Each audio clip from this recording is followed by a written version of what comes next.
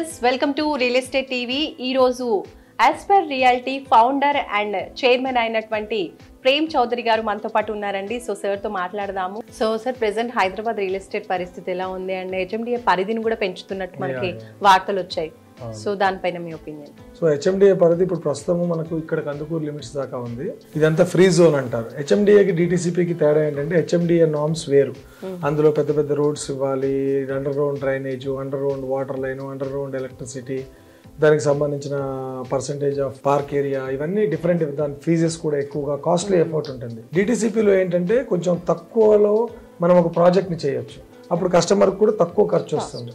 But infrastructure బాగా develop అవ్వాలి అంటే పంచాయతీల్లో పెద్ద ఫండ్స్ ఉండవు. దానివల్ల వాళ్ళు రోడ్స్ కానీ ఇవి కానీ స్ట్రీట్ లైట్స్ కానీ మిగతా ఎమ్యూనిటీస్ ఇవ్వలేరు. హెచ్ఎండిఏ పరిధి పెరగటం వల్ల ఇన్ఫ్రాస్ట్రక్చర్ చాలా బాగా డెవలప్ అవుతుంది. అప్పుడు కామన్ మ్యాన్కి కావాల్సిన బేసిక్ ఎమ్యూనిటీస్ బాగా అందుబాటులోకి వస్తాయి.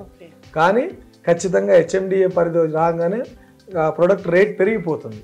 సో మేము కూడా అదే ఆలోచిస్తున్నాం. యాజ్ ఏ రియల్టర్గా ఓ కామన్ మ్యాన్కి సరే హెచ్ఎండిఏలో కొన్న భూమే, డిటిసిపిలో కొన్న భూమే.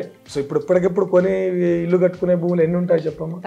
సో అలాంటి పరిస్థితుల్లో చూసినప్పుడు రేట్లు పెరగబోతున్నాయి. ఇప్పుడు హెచ్ఎండిఏ పరిధి పెరగకముందే డిటిసిపి ఏరియాస్లో ఏమైనా భూములు ఉంటే కొనేసుకోండి. మీకు ఆల్మోస్ట్ 20-25% డిఫరెన్స్ రాబోతుంది. ఇది నా బేసిక్ సజెషన్.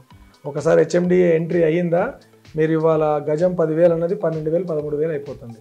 కాబట్టి డిటిసిపి పరిధి తీసేయడం ఒక విధంగా మంచిదే, ఇంకో విధంగా రేట్లు పెరుగుతాయి, అలాగే ఎమ్యూనిటీస్ కూడా పెరుగుతాయి. ఇప్పుడు హైదరాబాద్లో చూసిన పెద్ద పెద్ద రోడ్లు అవన్నీ మనకు RRR దాకా వచ్చేస్తాయి.